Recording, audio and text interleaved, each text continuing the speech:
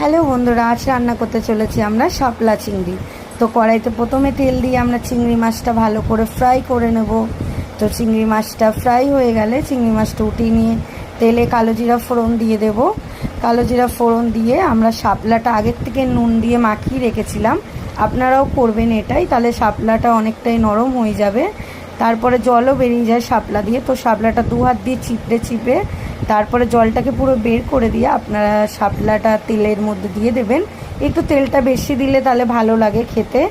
তো তারপরে এটাকে নাড়াচাড়া দিয়ে নুন আর হলুদ অ্যাড করে দেবেন আপনাদের পরিমাণ মতন। তারপরে এই ভাজা চিংড়ি মাছগুলো কিছুই না, এর ভেতরে অ্যাড করে দিলেন। তারপরে আবারও সেই নাড়াচাড়া দিতে দিতে তারপরে দেখুন কত সুন্দর জল বেরিয়ে কত সুন্দর তেল বেরিয়ে গেছে। তারপরে এই যে মশলা, সর্ষে, কাঁচা লঙ্কা, টমেটো, এটা মশলাটা দিয়ে দেবেন। আমি সর্ষেটা কিন্তু ছেঁকে নিয়েছি, আপনারাও ছেঁকে নেবেন।